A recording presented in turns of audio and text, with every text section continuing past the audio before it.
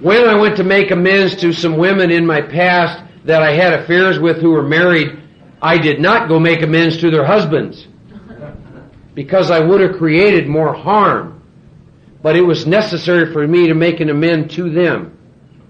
Did I wake up one day and want to do that? No. Some of you can relate to this.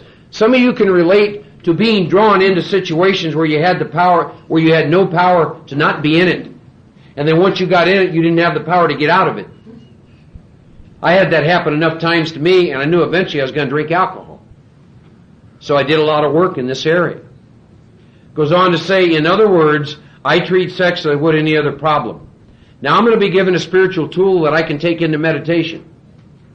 In meditation, I ask God what I should do about each specific matter. The right answer will come if I want it. God alone can judge my sex situation. Now, I do get some instructions in here. It says counsel with other persons often desirable. But I'm going to let God be the final judge. I realize some people are as fanatical about sex as others are loose. Now look at the next sentence. We avoid hysterical thinking or advice. Now, let's say that you've written the ideal. I have this ideal. The next paragraph speaks to me. Mark, suppose you fall short of the chosen ideal and stumble. Does this mean you're going to get drunk? Some people tell you so, but this is only a half-truth. It depends, Mark, on you and your motives. If I am sorry for what I have done, and I have an honest desire to let God take me to better things, I believe I will be forgiven and I will have learned my lesson. Now look at the warning. If I am not sorry and my conduct continues to harm others, I am quite sure to drink. We are not theorizing. These are facts out of our experience. I warn people in AA that I've done work with. I never tell them. See, I'm a different kind of sponsor.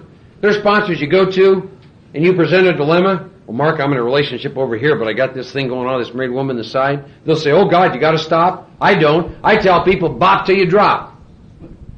Do it till you can't do it anymore. Because if you could have stopped, you'd have stopped. Every time I go to Don with something like this, I hope you get a sponsor like this. I take the most tragic, insane things to him. He'd go, let me give you an example. 5 years sober, in a relationship, and I'm having sex with two married women on the side. And I go to Don because I'm crazy, right? And I tell him this. He starts laughing. He said, this is fantastic. I said, what do you mean this is fantastic? I feel guilt, shame, remorse, da-da-da-da-da. He said, Mark, this is fantastic. He said, maybe you're through doing that and now you're really willing to get honest and go in and do some work and let God remove that from you. And I'd look at him like he's crazy. Once again, here's the problem, right? I'm in this thing I don't want to be in, and he tells me I got to go over here to get the solution. And I went over there and got the solution, and I've never done that since. See what I mean? See how the process works? This next paragraph gives me a set of instructions to sum up all the information on sex. If some of you are in a relationship, would like to see it get better, you get some very specific tools here. It says, to sum up about sex, we earnestly pray for the right ideal. That's the first thing we do. I told you I pray in the morning for God to give me the power to bring those 5 things into my relationships with everybody. For guidance in each questionable situation. Example, well, God, the woman's married but real attracted to me. That's probably a questionable situation. Give me a little guidance. All right? For sanity and for the strength to do the right thing. If sex is very troublesome, we throw ourselves the harder into helping others. This takes me out of myself and it quiets the imperious urge when to yield would mean heartache. There's some incredibly powerful stuff in here that if we're willing to do this work and get honest and take these defects to another person in God, He can give us the power to have awesome relationships. One single area I've struggled the most, and most men and women in AA struggle the most. One least talked about area in all of AA. Some of you have been sober for a while. Think about this. How many times have you gone to a meeting, chairman said, I'd like to talk about the tools on pages 68, 69, and 70. It's like we walk into meetings of AA, most troublesome area of our life, and we don't want to talk about it. Secrets. Secrets. We can't go in and get rid of our false pride. I'll tell you, when freedom came, the day I went to Don and said, Don, I realized something. I don't know the slightest thing about having a relationship with a woman. That took a destruction of ego to be able to say that. What the hell do I do? And I'm talking about being friends. I had some real old ideas about women. I viewed women as one way. And it became clear I knew nothing about having a relationship with women. Till I admitted that, nothing was going to change, nothing was going to get different. Since then, I've gone through, done a lot of work, done a lot of tools. Guess what? I see women today just like I see men. We are God's children. There's so much freedom in that. There was a total shift in my perception around me and the opposite sex. Now, we finished our 3 inventories: resentment, fear, sex. Now we can call a sponsor and say we're ready for a 5th step. Goes on to say, if I've been thorough about my personal inventory, I've written down a lot. I've listed and analyzed my resentments. I have begun to comprehend their futility and their fatality. A resentment is futile because there's no freedom in it, because that person may never change.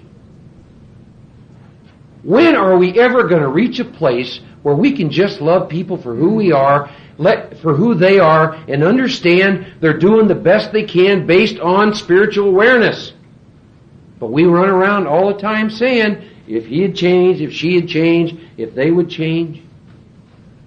Do you know how much freedom there is in being able to love God's kids exactly as they are? To love the man or the woman that's in your life exactly as they are, to not change them. The greatest gift I can give anyone I ever interact with is to love you exactly as you are, support you in whatever it is you're doing, help you bop till you drop. Why? Because at some point in time you'll have the same experience I had to have. I had to get pretty badly mangled, decided I couldn't live that way anymore, did some work in this book, took it to God and another human being. He took away the defects and I got free. I love all the men and women in my life enough today to let them be exactly who they are. There's moments they're angry with me. There's moments they whine a whole lot. Right?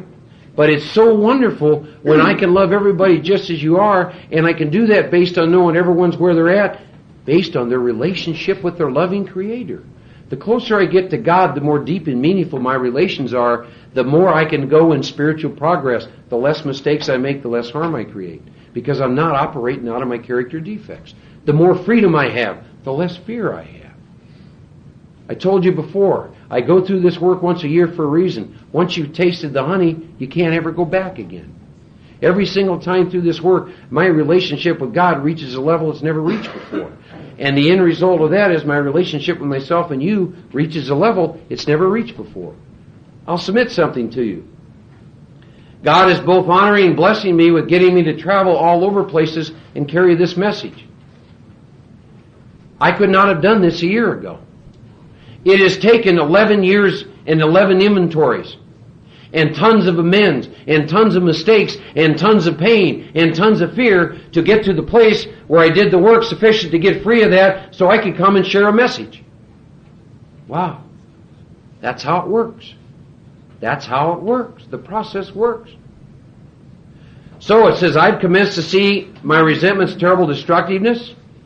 Look at the next sentence. I have begun to learn tolerance, patience, and goodwill toward all men, even my enemies, for I look on them as sick people. We talked about that, didn't we? Even my enemies are spiritually sick people. I've listed the people I've hurt by my conduct, and I'm willing to straighten out the past if I can. In this book you read again and again that faith did for us what we could not do for ourselves. We hope you are convinced now that God can remove whatever self-will has blocked you off from God. If you've already made a decision, 3rd step, and an inventory of your grosser handicaps, 4th step, you've made a good beginning. I remember going to Don one day. I kept waiting for this book. I kept waiting for this sentence. Mark, you've done a lot of nifty work. Take a month off and bask in your glory. It never does that. I work my ass off, and it says, you made a good beginning, Mark, and now more action's required. Right? It says, that being so, you've swallowed and digested some big chunks of truth about yourself. Remember I told you in the 3rd step, prior to that decision, we asked God's protection and care with complete abandon? The reason is, in my inventories, I saw some truth about myself that made me puke. And here's the other thing I saw. On my own power, I had no power to not do those things tomorrow.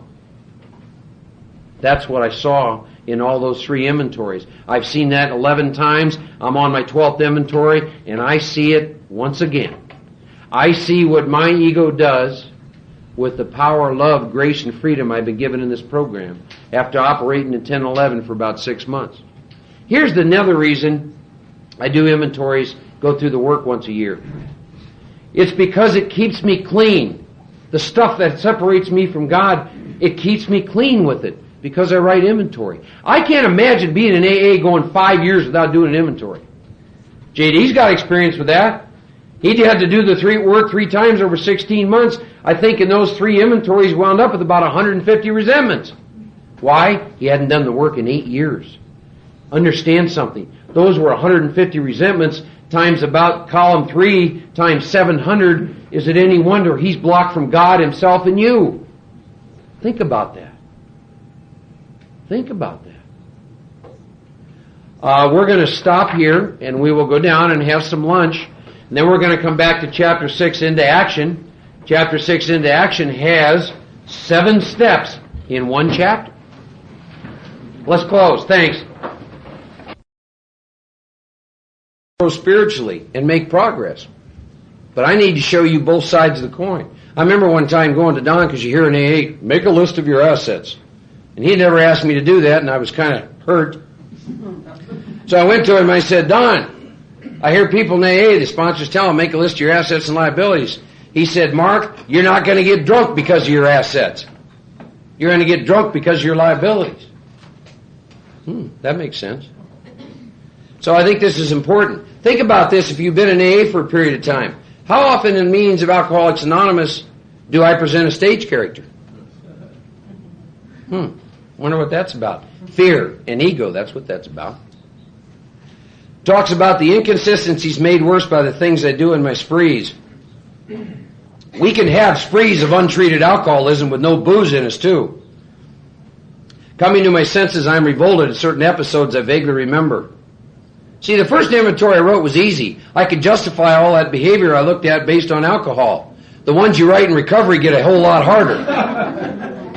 I'm going to meetings carrying this message talking about God, and I'm screwing this person over. They get a lot harder to look at. You see? These memories are a nightmare. I tremble to think someone might have observed me. As fast as I can, I push these memories far inside myself. I hope they'll never see the light of day. I'm under constant fear and tension. My secrets keep me under constant fear and tension. That makes for more drinking. Psychologists are inclined to agree with us. We've spent thousands of dollars for examinations.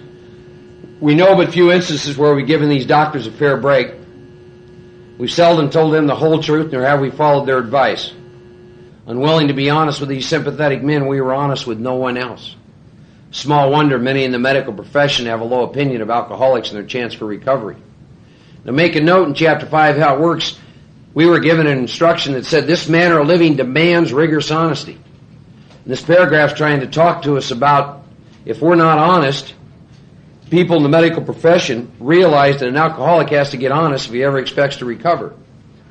But they've had enough experience with us to know that we're pathological liars, so their opinion is most alcoholics or addicts are not going to recover. Now look at the next sentence, and this can be a great promise. I must be entirely honest with somebody if I expect to live long or happily in this world. Maybe a promise in there is, if I'm willing to be entirely honest with somebody, I can either expect to live long, or at least for the length of time I'm here, be happy.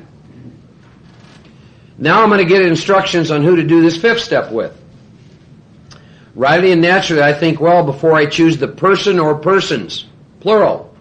Some of you have been around for a while, you want a great experience, do what I'm doing this time. Do an inventory, do a 5th step with 2 or 3 different people.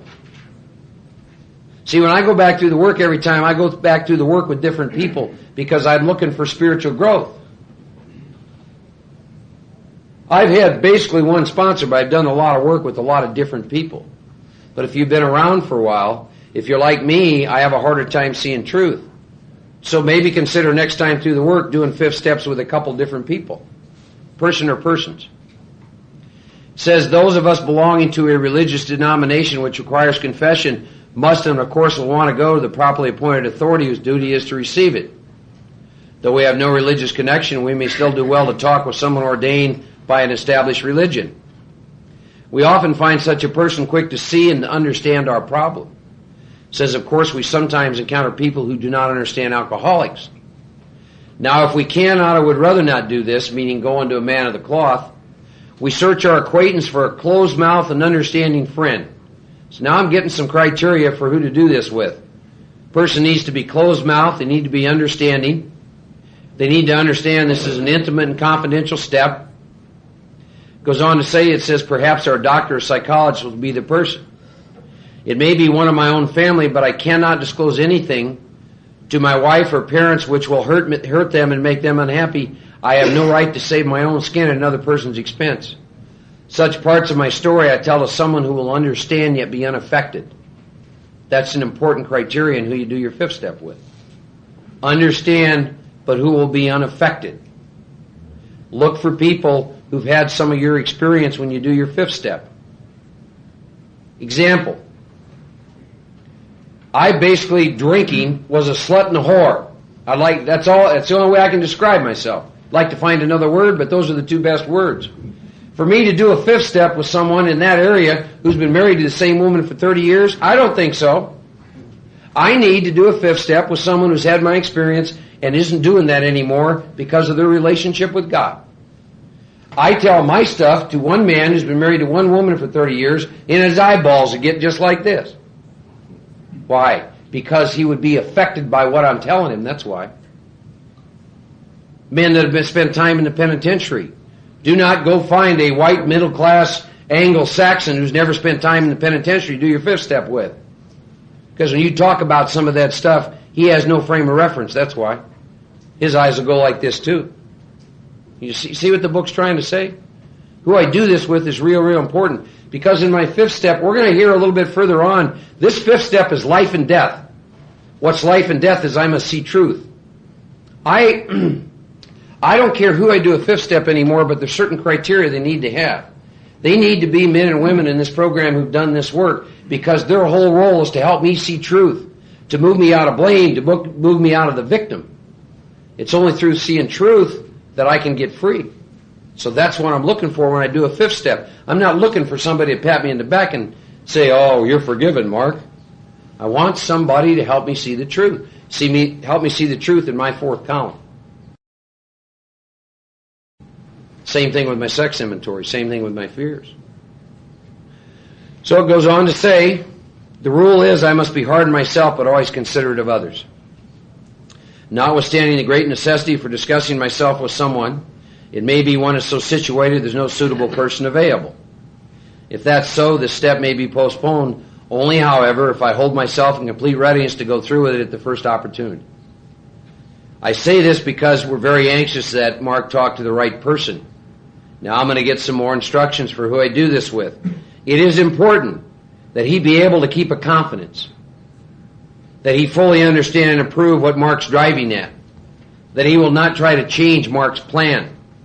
But Mark must not use this as a mere excuse to postpone.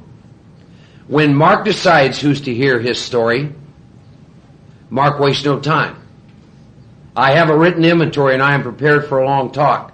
Now I'm going to get some instructions. Whenever I do a 5th step with someone, we read from the big book where it starts talking to me after I'm done with inventories right up to here. Why? Because I'm showing them what I did, and when they sponsor people, they will show them what they did. And at this point in time, here's what the book says. I explain to my partner what I'm about to do and why I have to do it. Next Wednesday, when I'm doing a 5th step in California, I will explain to Joe what I am about to do. Here's what I'm about to do. I'm about to share 3 inventories with him. A resentment inventory, a fear inventory, and a sex inventory. Because I'm blocked from God. And if I'm blocked from God, I'm going to be dead. And it says, why do I have to do it? That's why I have to do it. I have to do a fifth step so that God can remove from me the things that have me blocked from Him, myself, and you. So that's what I'm about to do, and that's why I have to do it. Look at the next sentence. If you don't think who you do a fifth step with, and you don't think who your sponsor is important, look at the next sentence. I should realize that I am engaged upon a life and death errand. You have a right, when you are asking someone to sponsor you, to ask them a lot of questions. You are talking about your life. If someone has been sober for a long time doing that in the middle of the road, God bless them. But that don't work for me. I'll die in middle of the road solution. So I ask people a series of questions before I do a fifth step. I did not assume this woman who'd been sober 19 years in Louisiana, I did not assume because she was 19 years sober that it was okay to do a fifth step. I asked her a whole bunch of questions. Things like, do you have a sponsor? Yeah. When was the last time you went through the work? See, she's going through the work with me in a group this time. 8 women and myself. That's an interesting dynamics. Tell me God doesn't work. I asked her if she had made all her amends that she was consciously aware of. What else did I ask her? I asked her if she sponsored people. I asked her if she had a home group. Those are the kind of questions I ask. And if she gave me answers different than what she gave me, I would not do a fifth step with her. Because God could not use her to help me see the kind of truth that I need to see. So this is a real important part. Who you do the work with is critically important. This is my personal opinion. Every single problem in the fellowship today can be solved by great sponsorship. There's in that circle and triangle. When the 3 legacies were passed down to Alcoholics Anonymous, from everything I can tell, the order in which they were passed down was number 1 was individual recovery. Number 2 was the unity, and number 3 was service. You know why? If I'm not in individual recovery, all I'm taking to my home group is all my defects of character. I'm not taking recovery. Now I got sick groups. Sick groups can't be of service. So the most important key piece is my own individual recovery. And since I can't go through this work on my own, and I want to go through with someone, I'd like to make sure it's someone who's done this work and not middle-of-the-road solution. Goes on to say, most people approached in this way will be glad to help. They'll be honored by our confidence. So I pocket my pride and go to it, illuminating every twist of character and every dark cranny of the past. Now, I'll just share with you how I do a fifth step. I will have the person reading the fifth step to me give me the first column, the second column, and the third column. I always have a notepad.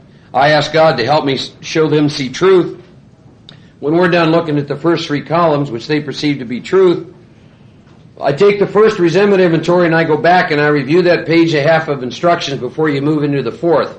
And I do that one time and one time only.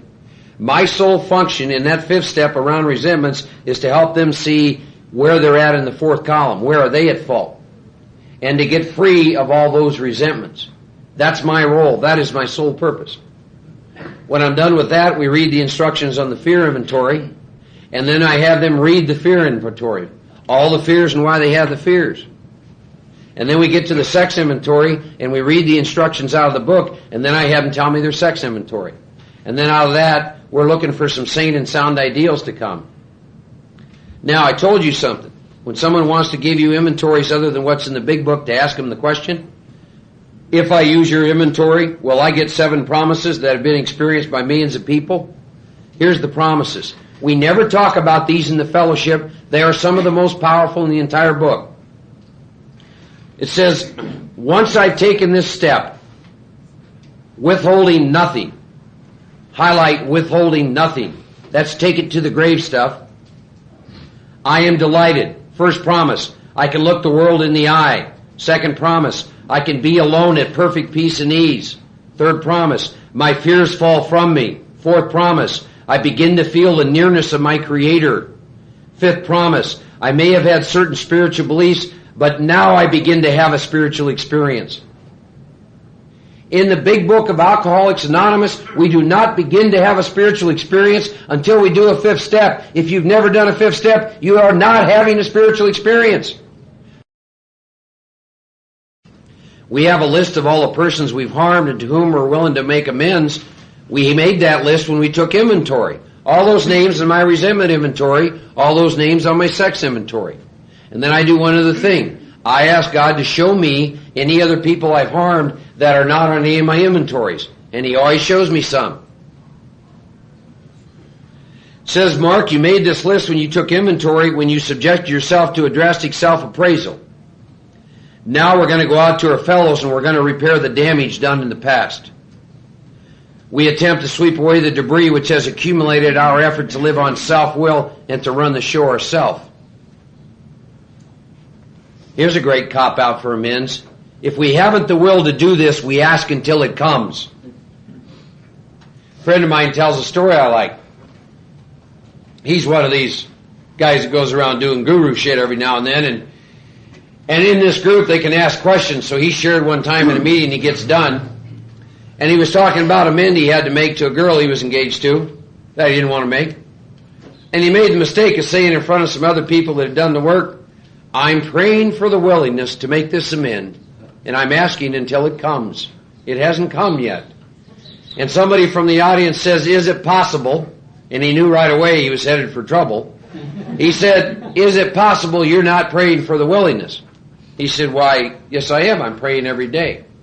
He said, well, I'll have you think about something. He said, I submit to you that the day that you're willing to make this amend, you'll know it, and you'll know it very easily. He says, how's that? He said, you're going to hear a real strange noise.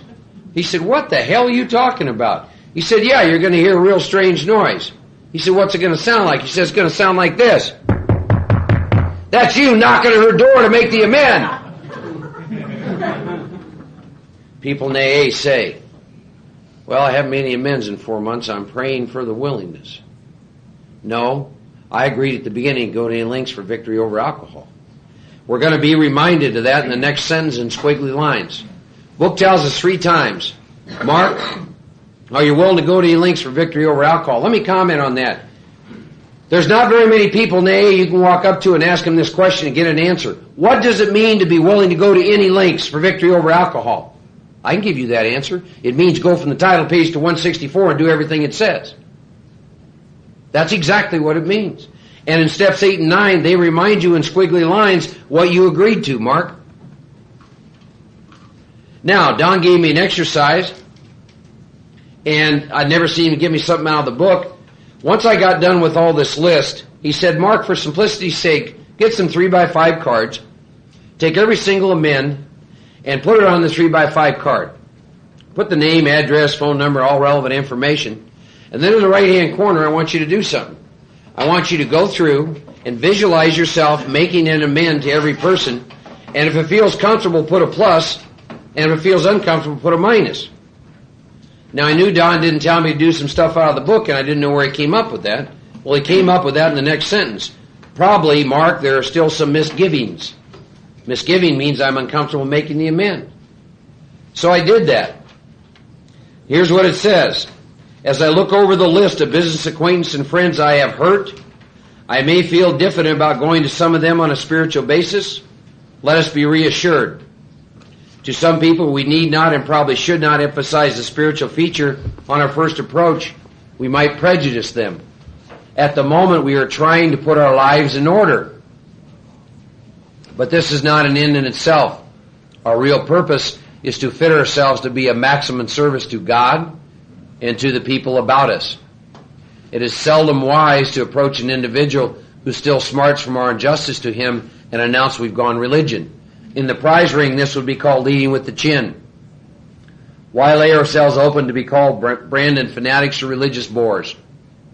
We may kill a future opportunity to carry a beneficial message, but our man is sure to be impressed with a sincere desire to set right the wrong.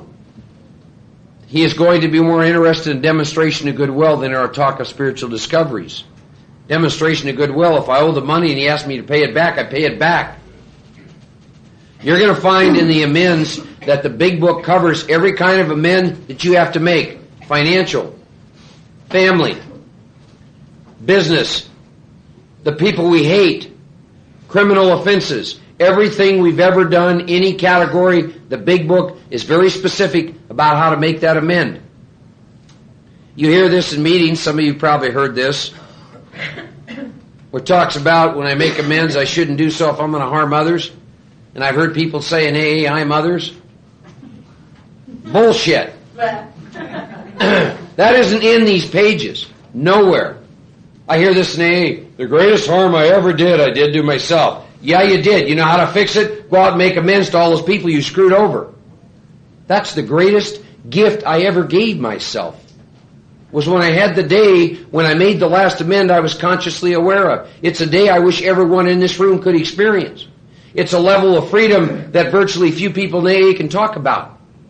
Because they buy this crap about you can't finish all the amends. We've been talking about the power of God, haven't we? Absolutely every amend that you ever have to make that you're consciously aware of.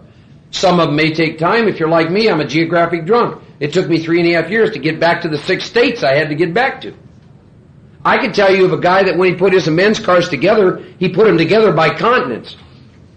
And it took him 2 years. I can tell you of a black guy in Los Angeles who had 350 amends and 250 of them were burglaries, knocking and entering. You know how salesmen go around and make cold calls? You know what this kid did? He went into neighborhoods where he burglarized houses, knocked on the door, and told them why he was there. I broke into your house. I stole this. What can I do to make it right? He finished in 2 years 350 amends, 250 of them were breaking and entering. That guy's so on fire with this program, he vibrates off the floor. It is possible to consciously make all of the amends that you owe and that come to you. How much freedom do you want? This book and one other book I know are designed to transmit a spiritual experience. This and the Bible. Bible talks real clearly about cleaning your stuff up with your brother. How free do you want to be? This is not in the book, but this is my experience. I don't have any future till I clean up my past. Let me say that again. I do not have any future till I clean up my past. What does that mean? It means if I owe money and screwed people over and don't pay them, I doubt if I'm ever going to do very well in that area. It means if I have personal relationships, people I've harmed and haven't cleaned them up, I'm probably not going to do very well in this area. That's my personal experience. My life changed after I consciously finished all amends for the first time. When I went through last year in 93 and all the amends I had to make, there are 2 I still have to make. Those are to dead people. I want to comment on that. This happens a lot. Some people say you can't make amends to dead people. Really? See, in AA, when you talk about stuff like this, about 3/4 of the room will say, oh no, you can't do that. But there's going to be about 1/4 of the room, people like myself will say, in God's world anything is possible, and you can make amends to dead people. And you can write their letter of amends that you'd like to make if they still were alive, and you can go to their grave. I've made several. This summer, the second week in July, I'll fly back to Humboldt, Iowa, and I will go to my grandmother and great aunt's graves, and I will make amends at their gravesite. In the world of the spirit, anything is possible. And the reason I do that is real simple, because that amend is sitting right down here, and I harmed those women, and I love them, and I want to be free of that. How much freedom do you want? Goes on to say we do not use this as an excuse for shying away from the subject of God. When it will serve any good purpose, we're willing to announce our convictions with tact and common sense. Now, here's what's interesting. The question of how to approach the man we hated. How many of us in here have men or women we hate? Every hand needs to go up on this one. It may be he or she has done us more harm than we've done him. And although we've acquired a better attitude toward him, we're still not too keen about admitting our faults. Nevertheless, with a person we dislike, we take the bit in our teeth. It is harder to go to an enemy than to a friend. Now look at the promise. But we find it much more beneficial to us. We go to this person in a helpful and forgiving spirit, confessing our former ill feeling and expressing our regret. So the book has given us instructions about business acquaintances and friends, and now it's told us what to do about people we still hate. I had someone say this to me the other day. They said that they were told that they had to be free of the resentment toward this person before they could go make amends. That isn't what the book says. The book says, I may still hate this person. And I may not even I may have a little better attitude toward him, but I'm still not too keen about talking to him. Go make the amend. Goes further, and I'm getting more instructions. Under no condition do I criticize such a person or argue. We've passed out a form, and there's a very special format I follow when I make amends, and I've given that to you. It says simply, we tell them we'll never get over drinking until we've done our utmost to straighten out the past. Highlight utmost to straighten out the past. You know what I heard a man say from the podium one time? And this guy was about trying to find people we've harmed in the past. He said, are you really willing to go to any length? Did you ever consider hiring a private detective? Oh, I don't want to hear that. I don't want to hear that. It says, Mark, we will never get over drinking until we've done our utmost to straighten out the past. And I'll challenge some of you who've been in AA sitting in this room for a while. Get brutally honest about where you're at with all your amends you're consciously aware of. And are you doing your utmost to straighten out your past? And if not, go back and look at your first step. It's as a result of the desperation, the first step, that I become willing to go to any length. Maybe you're not a real alcoholic. More importantly, how much freedom do you want? We're there to sweep off our side of the street, realizing nothing can be accomplished till we do so. Look what the book just says. Nothing can be accomplished until I sweep off my side of the street. Why do you think it tells us that? Why do you think it tells us that? Because we had to search fearlessly in steps 4 through 9 and turn our will and life over to the care of God. I'll submit something to you. Those of you in this room, when you leave here, if you continue through this work, from the day you finish your last amends, within 1 year, what will happen in your life will blow your mind. From the day you finish your last conscious amend, you track 12 months down the road, and what will happen to you will blow your mind. How much freedom do you want? His faults are not discussed, we stick to our own. If our matter is calm, frank, and open, we'll be gratified with the results. My experience is what happened from this next sentence. 9 cases out of 10, the unexpected happened. Amends I thought would be horrendous went great. Quite frankly, when I look back, the worst experience I ever had, of course, and for me, that just means it didn't turn out the way I wanted. Going into it, when I looked at my card, I write how I've harmed these people and where I'm at fault, and I say a prayer and go make the amend. I didn't see much harm. This lady looked me dead in the eye and said, I don't ever want to see you again. I think that's real nifty. You're sober. I don't want you ever talking to anyone in my family again. And I left. Went whining to Don. He said, did you do what the book asked you to do? Yeah. Then he said, you cleaned off your side of the street, Mark. That's all the book asked you to do. Now you need to follow what she told you to do. Goes on to say, sometimes the man we're calling upon admits his own fault, so feuds of years standing melt away in an hour. Rarely do we fail to make satisfactory progress. Our former enemies sometimes praise what we are doing and they wish us well. Occasionally they will offer assistance. It should not matter, however, if someone does throw us out of his office. We've made our demonstration, done our part. It's water over the dam. Now, next paragraph deals with owing money. Never understood it. You don't have to be a rocket scientist to understand this next paragraph about owing money. I have guys come to me and said, I don't know what I'm going to do about these financial amends. Well, I don't know. Maybe they're writing your book change. Let's see what the book says. Most alcoholics owe money. We do not dodge our creditors. Okay, so I'm not going to run from creditors anymore. Telling them what we're trying to do, we make no bones about our drinking. They usually know about it anyway, whether we think so or not.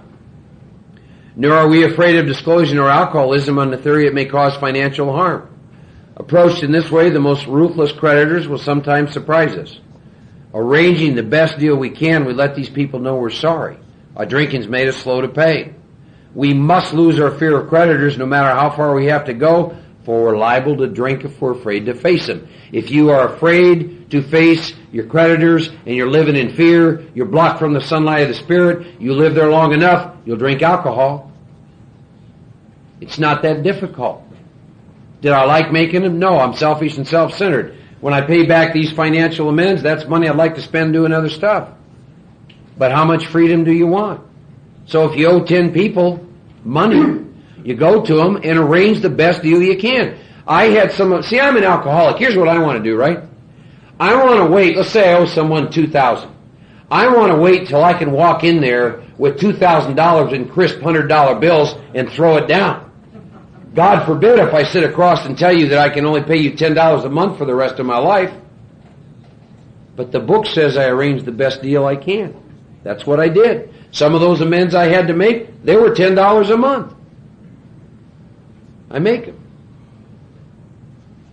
It's real clear what I do around my financial stuff. Now, once again, I told you this book would cover every single area. The next area of amends are areas where we committed a criminal offense. It says perhaps we committed a criminal offense which might land us in jail if it were known to the authorities. We may be short in our accounts and unable to make good. We've already admitted this in confidence to another person, but we are sure we would be imprisoned or lose our job if it were known. Maybe it's only a petty offense such as padding the expense account. Most of us have done that sort of thing. Ooh. Maybe we're divorced and we've remarried, but we haven't kept up the alimony to number one. She's indignant about it and she has a warrant out for our arrest. That's a common form of trouble too. Next paragraph has got a lot of instructions about amends. Although these reparations take innumerable forms, there are some general principles we find guiding. Highlight this paragraph. Reminding ourselves we have decided to go to any lengths to find a spiritual experience, we ask that we be given strength and direction to do the right thing, no matter what the personal consequences may be. We may lose our position or reputation or face jail, but we are willing, we have to be, we must not shrink at anything. That's a pretty powerful paragraph, isn't it? Now, I'm also given instructions. Example, you were out there ripping and roaring, drinking and single. Now you come into AA, you get married, have a child. You're dying of untreated alcoholism, and God forbid, go to a meeting where some spiritual gunfighter's at. Walk up to him and make the mistake of asking him to do you the work with you. So you do the work up to this point in time. Now you owe a bunch of money, or maybe you got a criminal offense, but now you got a wife and child involved. So the root of my problem is I'm selfish and self-centered. So I need to use some discretion and think, because this wife and child are now going to be affected by my financial amend, right? So now the book's going to give me instructions about that. It says, usually, however, other people are involved. Therefore, we're not to be the hasty and foolish martyr who would needlessly sacrifice others to save himself from the alcoholic pit. A man we know had remarried. Because of resentment and drinking, he had not paid alimony to his first wife. She was furious. She went to court. She got an order for his arrest. He had commenced our way of life. He had secured a position and was getting his head above water. It would have been impressive heroics if he'd walked up to the judge and said, "Here I am." So it says, we thought. That meant he went and talked to somebody in the fellowship. We thought he ought to be willing to do that if necessary, but if he were in jail, he could provide nothing for either family. So we suggested that he write his first wife admitting his faults and asking forgiveness. He did, and he also sent a small sum of money. He told her what he would try to do in the future. He said he was perfectly willing to go to jail if she insisted. Of course, she did not, and the whole situation has long since been adjusted. Now, I mentioned the Internal Revenue Service. When I got sober and did this work for the first time with a real sponsor, I had 7 years that I had not filed. The Internal Revenue Service does not like that. They like their money. So I went to a man, said, "I'd like to talk about this. I don't know what to do." He said, "Well, I would suggest the first thing you do is you probably go to a CPA and have them put those 7 years together. And when that's done, let's take a look at the damage and how much you owe, and then probably we need to sit down with you and your wife." So I did that.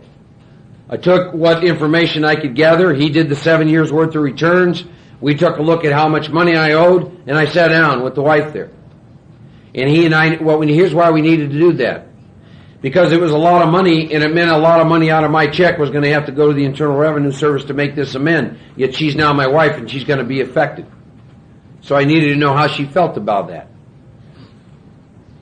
She had been around this thing long enough to know that if I didn't make these amends, I was going to drink alcohol and I'm blocked from God. And she said, I support you in what you're going to want to do. So I brought her in on it. I also didn't lead with the chin. I didn't walk into the IRS and say, here I am, help me. I went to a CPA and he did all that stuff. And he also gave me some wise instructions, which I'm glad he gave me. Like, Mark, once you do this, every now and then, just for grins, they're going to tap all your accounts. So if you never have over $50 in them and they tap it, don't worry about it. I've done that, been at meetings of AA. The IRS hit my account and took $2,000. Never happened to me. Why? Because I listened to a man in the program and I followed his instructions. And they did. Till I got that taken care of 2 times, they hit my account. So, I don't lead with the chin. There are people in AA who've had to make every kind of amend known to man. Go talk to them. Particularly if other people are involved, you need to talk to them. Okay? It says, before taking drastic action which might implicate other people, we secure their consent. If we've attained permission, which I did, have consulted with others, which I did, ask God to help, and the drastic step is indicated, we must not shrink. This brings to mind a story about one of our friends. While drinking, he accepted a sum of money from a bitterly hated business rival, giving him no receipt for it. He subsequently denied having received the money, and he used the instance as a basis for discrediting the man. He thus used his own wrongdoing as a means of destroying the reputation of another. In fact, his rival was ruined. He felt he had done a wrong he could not possibly make right. If he opened that old affair, he was afraid it would destroy the reputation of his partner, disgrace his family, and take away his means of livelihood. What right had he to involve those dependent upon him? How could he possibly make a public statement exonerating his rival? Now, here's what he did. He followed instructions. After consulting with his wife and partner, he came to the conclusion that it was better to take those risks than to stand before his Creator guilty of such ruinous slander. He saw that he had to place the outcome in God's hands. The outcome of our amend is in God's hands. Or that he would start drinking again and all would be lost anyway. He attended church for the first time in many years. After the sermon, he quietly got up and made an explanation. This would take some serious courage, wouldn't it? His action met widespread approval. Today, he's one of the most trusted citizens of his town. This all happened years ago. Now it's going to move into another area called domestic troubles. Would you give me some?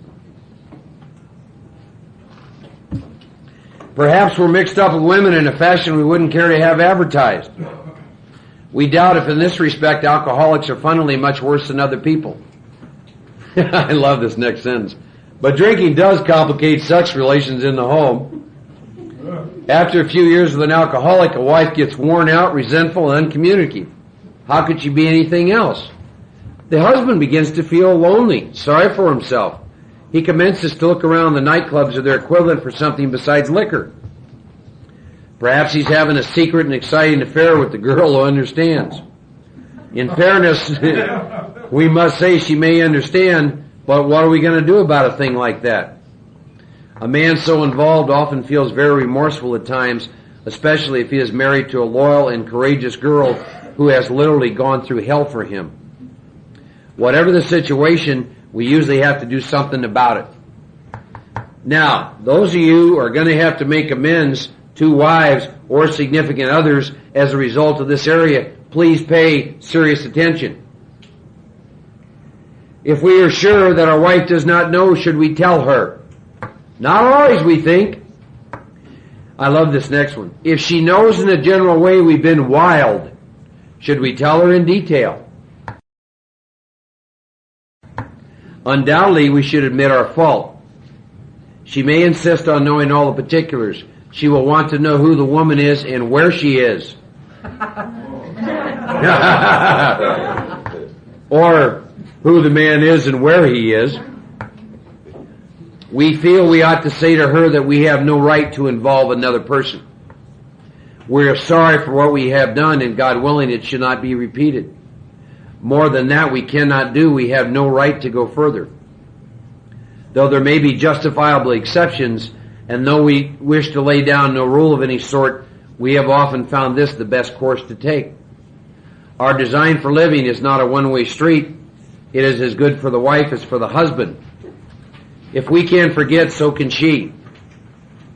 It is better, however, that one does not needlessly name a person upon whom she can vent jealousy. Perhaps there are some cases where the utmost frankness is demanded. Now, the next sentence, most important. No outsider can appraise such an intimate situation. If you are in a marriage, if there are amends to be made in this area, pay attention. No outsider can appraise such an intimate situation. Read the book, talk to your sponsor, pray, and you do what comes to you. This is important. We're talking about the most intimate of all situations and the most terrible of all human emotions, jealousy. I think there's reasons the book says no outsider can appraise such an intimate situation. I've seen this go both ways. I've seen men who decided through this exercise the best thing was to not say a word to the woman about their affairs. And I've seen men who decided the best thing was to tell her about the affairs. And both of them came out fantastic. So no outsider can appraise this situation. It says it may be that both will decide the way of good sense and loving kindness is to let bygones be bygones. Each might pray about it, keeping the other one's happiness uppermost in mind. Keep it always in sight. We're dealing with that most terrible human emotion, jealousy. Good generalship may decide the problem be attacked on the flank rather than risk a face-to-face combat. If we have no such complications, there's plenty we should do at home. Sometimes we'll hear an alcoholic say the only thing he needs to do is keep sober. Certainly he must keep sober, for there will be no home if he doesn't, but he is yet a long way from making good to the wife or parents whom for years he has so shockingly treated. Passing all understanding is the patience mothers and wives have had with alcoholics. Had this not been so, many of us would have no homes today or would perhaps be dead. And these next few sentences describes me and most drunks I've known. The alcoholic is like a tornado roaring his way through the lives of others. Hearts are broken, sweet relationships are dead, affections have been uprooted, selfish and inconsiderate habits have kept the home in turmoil. We feel a man's unthinking when he says sobriety is enough. He's like the farmer who came out of a cyclone cellar to find his home ruined. To his wife he remarked, "Don't see anything the matter here, Ma. Ain't it grand the wind stopped blowing?" Page 83, and here's some real instructions that I can do on a daily basis for my family. For me, my family consists of my brothers and sisters in AA. So these are tools I can pick up in my daily meditation, in my interaction with them. Here's what it says. Yes, there's a long period of reconstruction ahead. We must take the lead. A remorseful mumbling, "We are sorry," won't fill the bill at all. Let me say that again. A remorseful mumbling, "We're sorry," won't fill the bill at all. Making amends is not about sitting across from someone saying, "I'm sorry." We passed out a form, and when I make amends, I follow the same procedure. And it comes out of the book. I'm in a 12-step program for recovery. I will never get over drinking till I've done my utmost to straighten out my past. In my relationship with you, this is where I was at fault. I borrowed this $500 from you, told you I would pay it back, and did not. I slandered your names at times. I did this, I did this, I did this. When I get done talking about where I'm at fault, here's a question. Do you need to tell me how what I did harmed you? And then I shut up. And I listen. And they will tell you how your actions harmed them. And then I ask another question. In addition to that, is there anything else I have ever done that has harmed you? And they will sometimes said yes. Now that you've mentioned it, this and this and this. And then I ask the most important question of all. What can I do to set things right between us, to balance the books. And I shut up. And they tell me. And if it's moral, and if it's legal, I do it. Understand something about finishing amends. Finishing amends isn't just about the approach. It's about doing what's asked of you to do. For example, my sponsor, when he made amends to his mother, you know what she told him she wanted him to do? She said, I only wanted you to be happy. Since that day, every time his mother sees him, he's happy. Irregardless of what's going on in his life. Why? Because that's what she told him she wanted him to do to make amends to her. So he shows up at her house, he's happy all the time whenever he's around his mother. That's what we do when we make amends. What can I do to set this right? What can I do to balance the books? So it says we ought to sit down with the family and frankly analyze the past as we now see it, being very careful not to criticize them. Their defects may be glaring, but the chances are our own actions are partially responsible. So I clean house with the family. Now I'm going to be given a spiritual tool. I ask each morning in meditation that my Creator show me the way of patience, tolerance, kindness, and love. That's a prayer if you have a family, and for me, I have an AA family, that I can take into meditation every morning. The spiritual life is not a theory. We have to live it.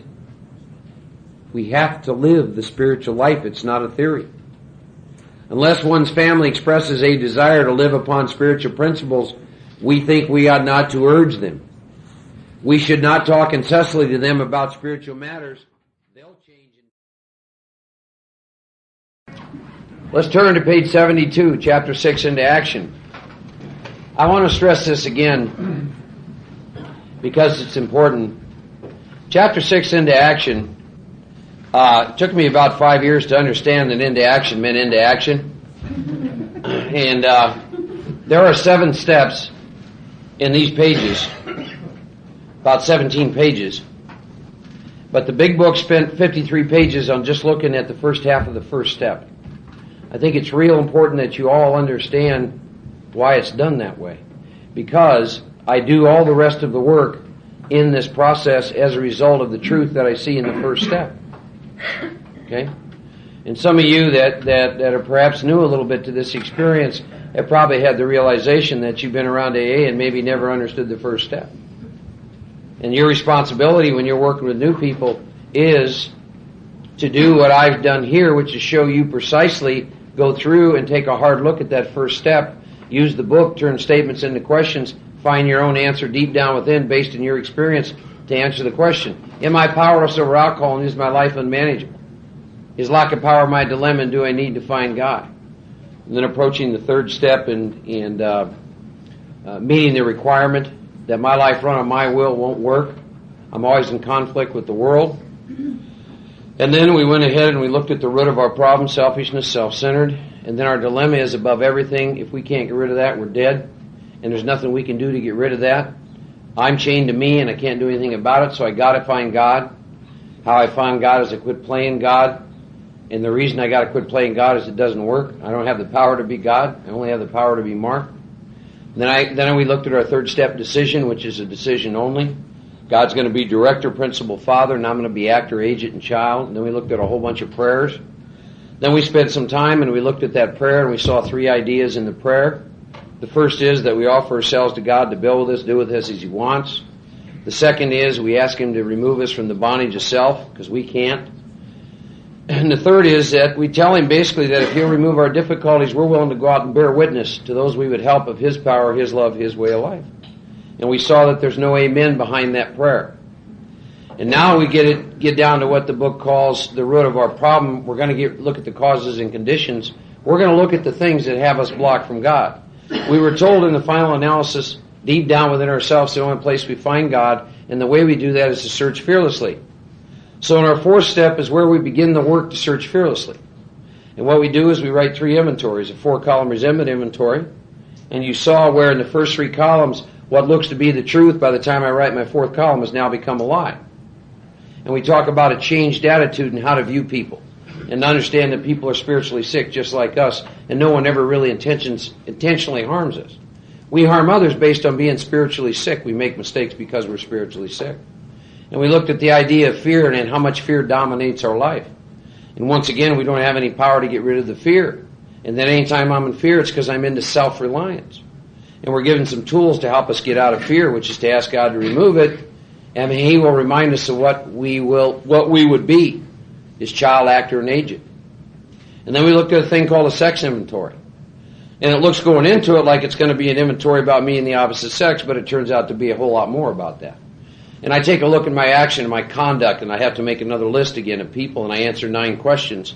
And I do that to come out with an ideal, a sane and sound ideal for my future sex life, it says. But the book tricks us a little because it winds up being more than that. It winds up being a sane and sound ideal for what I'm willing to bring to the table in every relationship with every human being that I've ever had. So then we get done looking at that, and now we're into Chapter 6, into action. Having made our personal inventory, what should we do about it? It says we've been trying to get a new attitude. That's step 2. A new relationship with our Creator, step 3. And to discover the obstacles in our path, step 4. In inventory, we're going to discover the obstacles that have us blocked from having a relationship with God. We've admitted certain defects. We've ascertained in a rough way what the trouble is. We have put our finger on the weak items in our personal inventory. Now these are about to be cast out. This will require action on our part, which when completed will mean we've admitted to God, to ourselves, and to another human being the exact nature of our defects. This brings us to the 5th step in the program recovery mentioned in the preceding chapter. This is perhaps difficult, especially discussing my defects with another person. I think I've done well enough in admitting these things to myself. Well, there's doubt about that. In actual practice, we usually find a solitary self-appraisal insufficient. Many of us thought it necessary to go much further. I will be more reconciled to discussing myself with another person when I see good reasons why I should do so. The best reason first. If I skip this final step, Rich, I may not overcome drinking. Time after time, newcomers have tried to keep to themselves certain facts about their lives. Trying to avoid this humbling experience, they turn to easier methods. It's going to start talking to us about our take it to the grave, the stuff we're ashamed of, guilt, shame, and remorse. And it's important to pay attention here. It says almost invariably they got drunk. Having persevered the rest of the program, they wondered why they fell. What they're talking about is people who went through and did all this work, but there were segments in their inventory that they left off and they wouldn't tell anyone. And the warning is that having persevered the rest of the program, they still wound up getting drunk. It says we think the reason is they never completed their house cleaning. They took inventory all right, but they hung on to some of the worst items in stock. They only thought they had lost their egoism and fear. See, there's 2 reasons I won't tell you my stuff. My ego and fear. All right? They only thought they had humbled themselves. But they had not learned enough humility, fearlessness, and honesty in the sense we find it necessary until they told someone else all of their life story. Let me smash another myth in Alcoholics Anonymous. I've actually had people I've done the work with, I'll say to them, what kind of inventory did you do? Well, my sponsor had me write a life story. The way we write a life story is we write a resentment inventory, fear inventory, sex inventory, share that with someone, and our life story comes out. You do life stories with therapists. That isn't what the book asks us to do. But we wind up telling our life story using the 3 vehicles that the big book calls inventories. Now, I think this next paragraph sums us up not only when we're out there drinking and using, but in Alcoholics Anonymous, dying from the spiritual malady. Think about this.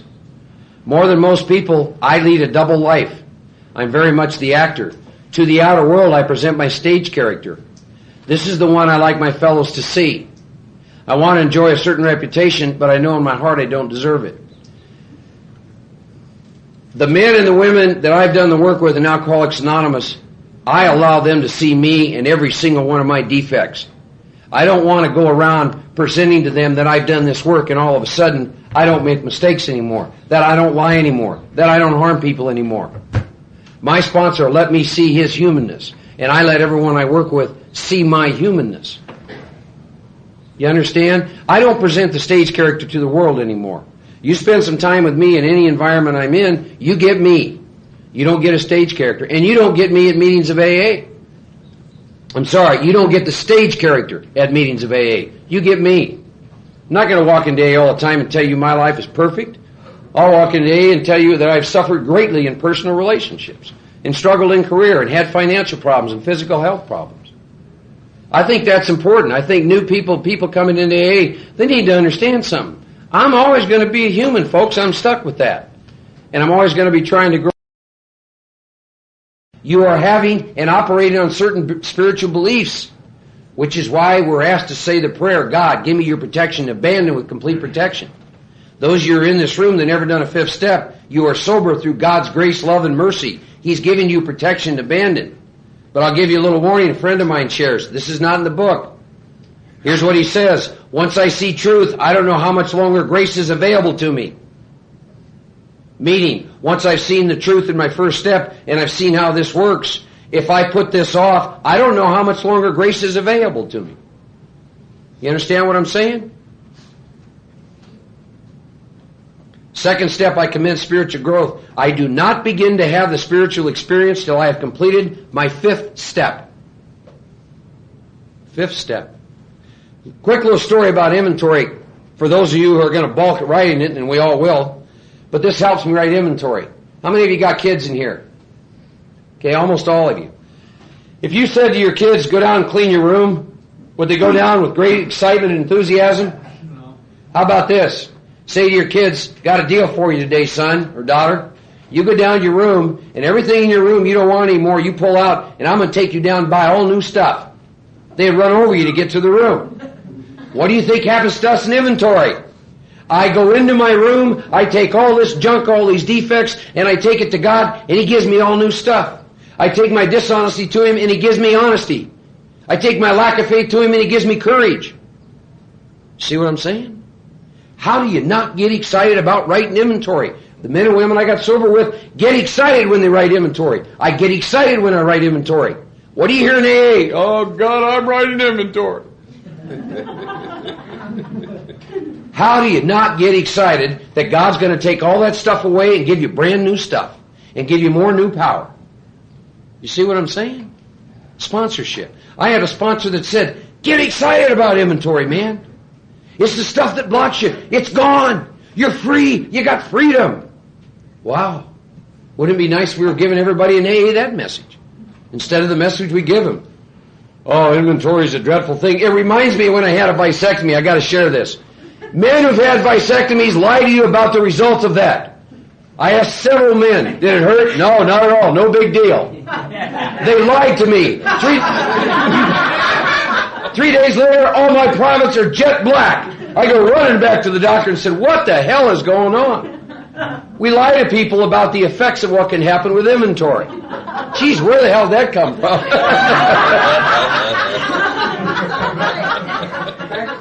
Yeah. So, we may have had certain spiritual beliefs, but now we begin to have a spiritual experience. Another promise. Another promise. Feeling the drink promise disappeared will often come strongly. Another promise. We feel we're on the broad highway walking hand in hand with the Spirit of the universe.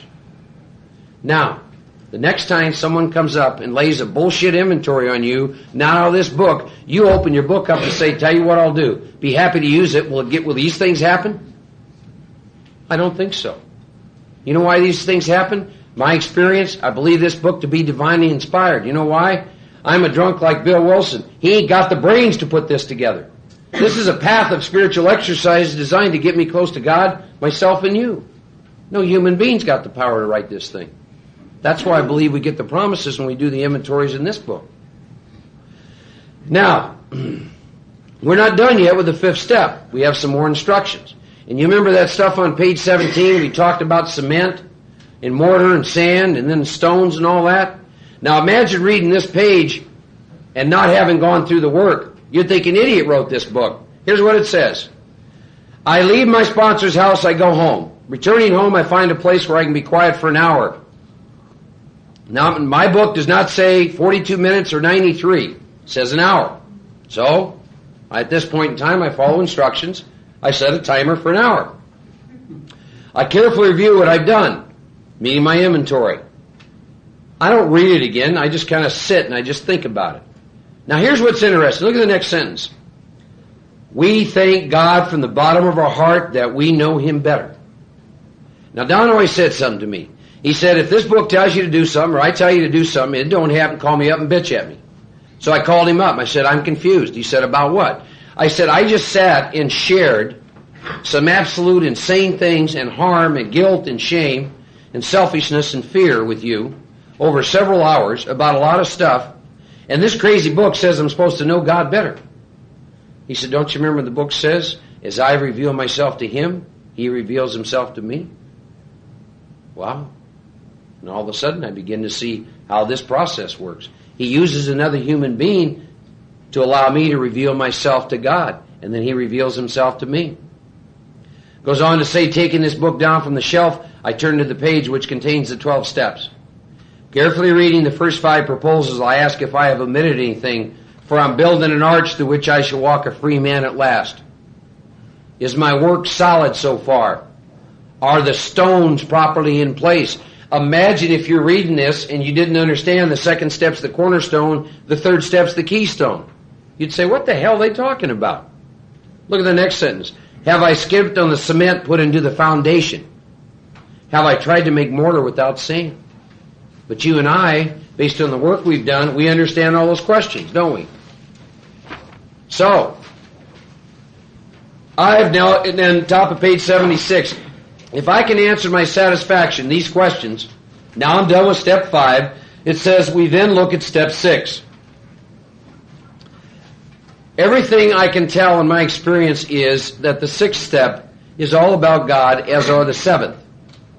And only an alcoholic would want to pontificate upon God's work. There are 2 short, simple paragraphs here that are not difficult to understand. The 6th step really says we have emphasized willingness as being indispensable. Now I get 2 questions, and only a drunk would ask this next question. Am I now ready to let God remove from me all the things which I have admitted are objectionable? Think about that. You just did a 5th step, right? You got reams and reams of all these defects, and now you're going to ask, well, I don't know if I want him to take it or not, right? It's what separates you from God. Here's another question, one of faith. Can He now take them all, every one? Well, in the 2nd step, I made a decision He's everything. So I think He can. Now it says, if we still cling to something we'll not let go of, we ask God to help us be willing. Here's a point in time where I always tell people, are there some things you're unwilling to let go of? Well, what do you mean? Well, you keep telling me you got fear of abandonment. Are you willing to let go of that? Well, what does that mean? It means that if you want to let go of it and He removes it, you can't go to AA meetings anymore bitching about fear of abandonment. Are you willing to experience that? Oh, hell, I never thought about that. You know? Things like, check this one out, masturbation. Watch the room shudder and get real quiet. Wow, am I willing to let go of that? Smoking cigarettes. Look at everything you're unwilling to let go of. Right? Ken just said it to me outside. Damn it, I realized last night, Mark, there's a whole bunch of things I'm unwilling to do and unwilling to let go of right now. That's why they say in the 6th step, willingness is indispensable. When ready, meaning when I've answered those questions, we say something like this. My Creator, I'm now willing that you should have all of me, good and bad, and I pray that you now remove from me every single defect of character which stands in the way of my usefulness to you and to my fellows. Grant me strength as I go out from here to do your bidding. Amen. 3rd step prayer had no amen. The amen is behind the 7th step prayer. Says we have then completed step 7. Now at that time, one would think they would get a little rest. Not true. Book says now we need more action, without which we find that faith without works is dead. So it says let's look at steps 8 and 9. And we're going to go through some pages in this book, and we're probably going to smash a whole bunch of middle-of-the-road solution you hear in Alcoholics Anonymous about making amends. I could show you last year in Breckenridge, Colorado, over 200 people who have made every amend that they are consciously aware of. Every amend they're consciously aware of. There's a man sitting in this room that 11 months sober has finished every single amend that he is consciously aware of. It is possible to finish all of your amends. How much freedom do you want? So the book's saying, Mark, let's look at steps 8 and 9.